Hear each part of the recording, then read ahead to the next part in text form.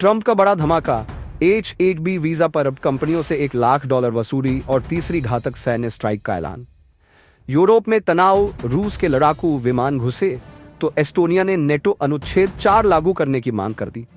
इधर पुर्तगाल ने भी फिलिस्तीन को मान्यता देने का ऐलान कर अंतर्राष्ट्रीय सियासत को हिला दिया। भारत में गम और उम्मीद साथ साथ। रॉक स्टार जुबिन गर्ग का निधन, वहीं बुलेट ट्रेन प्रोजेक्ट में समुद्र के नीचे टनल की बड़ी कामयाबी। लोकसभा में राहुल गांधी ने आज फिर बड़ा धमाका किया। महीने के आखिर तक ईरान की बढ़ेंगी मुश्किलें और कुछ बड़ी खबरें। आदाब, नमस्कार। आज है 20 सितंबर 2025। देश विदेश की बड़ी और अहम खबरों के साथ मैं आपका होस्ट अनीस अंसार और आप देख रहे हैं ग्लोबल आवाज। तो चलिए शुरू करते हैं आज की सुर्खियों से, लेकिन उससे पहले चैनल को सब्सक्राइब करना बिल्कुल न भूलें। नेपाल में भारतीय दूतावास ने कहा है कि हालात पहले से बेहतर हुए हैं। सड़क और फ्लाइट सेवाएं सामान्य रूप से चल रही है, लेकिन चेतावनी भी दी गई है कि भारतीय नागरिक सतर्क रहें और एडवाइजरी का पालन करें। इसका मतलब साफ है, माहौल पूरी तरह सामान्य नहीं है। राहत जरूर है पर खतरा टला नहीं। अब बढ़ते हैं अगली खबर की तरफ। लोकसभा में राहुल गांधी ने आज फिर बड़ा धमाका किया।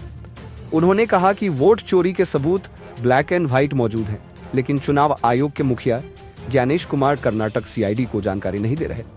राहुल ने आरोप लगाया कि यह चुनाव आयुक्त पर सबसे गंभीर आरोप है और दावा किया कि उनके पास ऐसा हाइड्रोजन बम सबूत है जिससे देश में किसी को अब शक नहीं रहेगा कि नरेंद्र मोदी ने वोट चोरी की है। अब बढ़ते हैं अगली खबर की तरफ।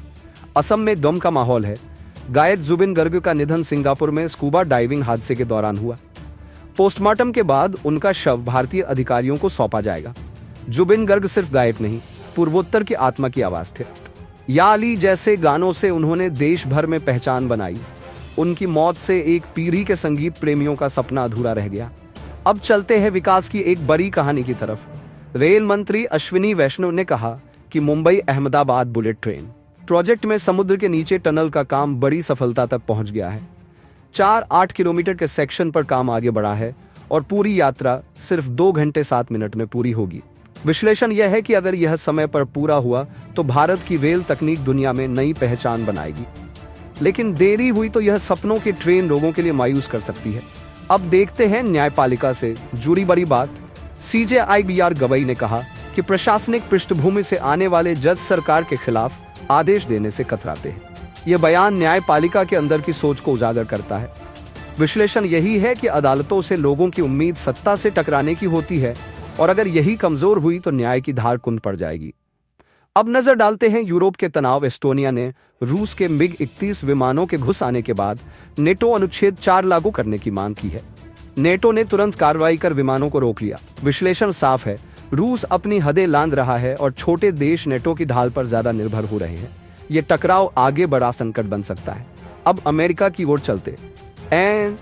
अमेरिकी राष्ट्रपति डोनाल्ड ट्रंप ने कंपनियों के लिए H-1B वीजा पर सालाना $1 लाख फीस अनिवार्य कर दी है। साथ ही $1 मिलियन देकर गोल्ड कार्ड वीजा लेने वालों को स्थायी निवास मिलेगा। इस फैसले का मतलब है अमेरिका अब टैलेंट से ज्यादा पैसा चाहता है। भारतीय इट कंपनियों के लिए यह बड़ा झटका साबित हो सकता है, लेकिन ट्रंप यही नहीं रुके। उन्होंने ऐलान किया कि अमेरिकी बलों ने तीसरी काइनेटिक स्ट्राइक कर मादक पदार्थ तस्करी कर रहे जहाज को निशाना बनाया। 3 लोग मारे गए। वेनेजुएला ने अमेरिका पर बिना घोषित युद्ध छेड़ने का आरोप लगाया और संयुक्त राष्ट्र से जांच की मांग की। विश्लेषण यही है कि अमेरिका अब सिर्फ बयानबाजी नहीं, सीधे टकराव की राह पर बढ़ रहा है। अब बढ़ते हैं अगली खबर की तरफ। पुर्तगाल ने ऐलान किया है कि वह फिलिस्तीन को औपचारिक मान्यता देगा। इससे पहले ऑस्ट्रेलिया, कनाडा, फ्रांस और ब्रिटेन भी ऐसा कर चुके हैं। यह कदम उन्डे में फिलिस्तीन पर होने वाले सम्मेलन से ठीक पहले उठाया गया। इससे साफ है कि अंतर्राष्ट्रीय मंच पर इजराइल का दबाव कमजोर हो रहा है और फिलिस्तीन की दावेदारी मजबूत। अब रुकते हैं ईरान के मामले पर। संयुक्त राष्ट्र सुरक्षा परिषद ने ईरान के परमाणु कार्यक्रम को लेकर लगे आर्थिक प्रतिबंधों को स्थायी रूप से हटाने से इनकार कर दिया है। यह तेहरान के लिए एक बड़ा आर्थिक झटका है जिसे ईरान ने राजनीतिक पक्षपात करार दिया है। शुक्रवार को लाए गए प्रस्ताव में प्रतिबंधों को रोकने की बात रखी गई थी, लेकिन यह प्रस्ताव 4 बनाम 9 वोटों से गिर गया। अब अगर 28 सितंबर से पहले कोई ठोस समझौता नहीं होता तो ये आर्थिक प्रतिबंध दोबारा लागू हो जाएंगे। अगली खबर देखिए। संयुक्त राष्ट्र महासभा ने बड़ा फैसला लिया है। फिलिस्तीनी राष्ट्रपति महमूद अब्बास अब अगले हफ्ते वीडियो लिंक के जरिए विश्व नेताओं को संबोधित करेंगे। दरअसल अमेरिका ने उन्हें न्यूयॉर्क जाने के लिए वीजा देने से मना कर दिया था।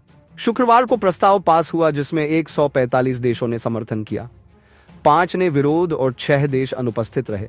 तो दोस्तों, ये थी आज की देश विदेश की बड़ी और अहम खबरें। अगर वीडियो पसंद आए तो लाइक और शेयर जरूर करें और जुड़े रहिए ग्लोबल आवाज के साथ। मैं हूं अनीस अंसार, मिलते हैं अगली वीडियो में। तब तक के लिए अलविदा।